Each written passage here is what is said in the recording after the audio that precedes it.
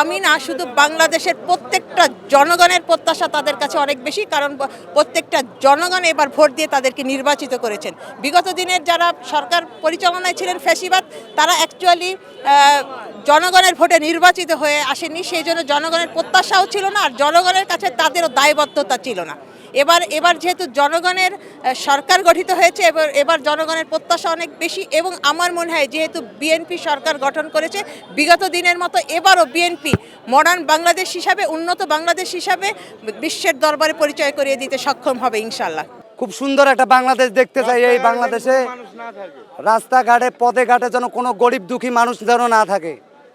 আমরা চাই বাংলাদেশটা এমন তারেক জিয়া বানাইবে, সে দেশের মানুষ যেন অনাহারে দিন না কাটায়। আমাদের আন্দোলন রাজপথ থেকে সংসদে এখন চলে এসেছে।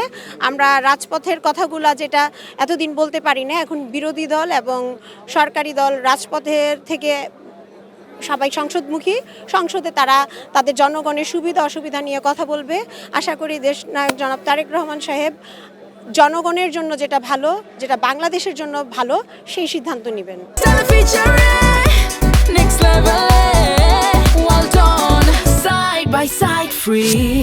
নতুন সরকার আসছে, অতএব নতুন সরকারের কাছে প্রতিটা মানুষের মূল প্রধানভাবে গণতান্ত্রিক ধারা অব্যাহত রাখে।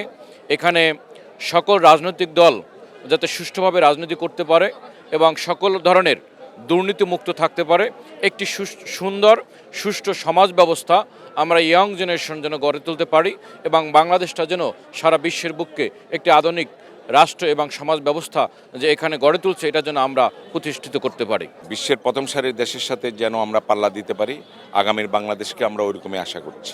বাংলাদেশ যেটা বিগত 17 বৎসরে যে সমস্ত অপকর্ম চলেছে, সন্ত্রাস চলছে, চাঁদাবাজি চলেছে, দখলবাজি চলেছে, আমাদের বিরোধী দলের উপর নিপীড়ন নির্যাতন চলেছে, এই সমস্ত কিছুকে প্রতিহত করে আমরা একটি সুন্দর বাংলাদেশ, সহাবস্থানের বাংলাদেশ প্রত্যাশা করছি। খবরের কাগজ, নিখাত, নির্ভীক, নিরপেক্ষ।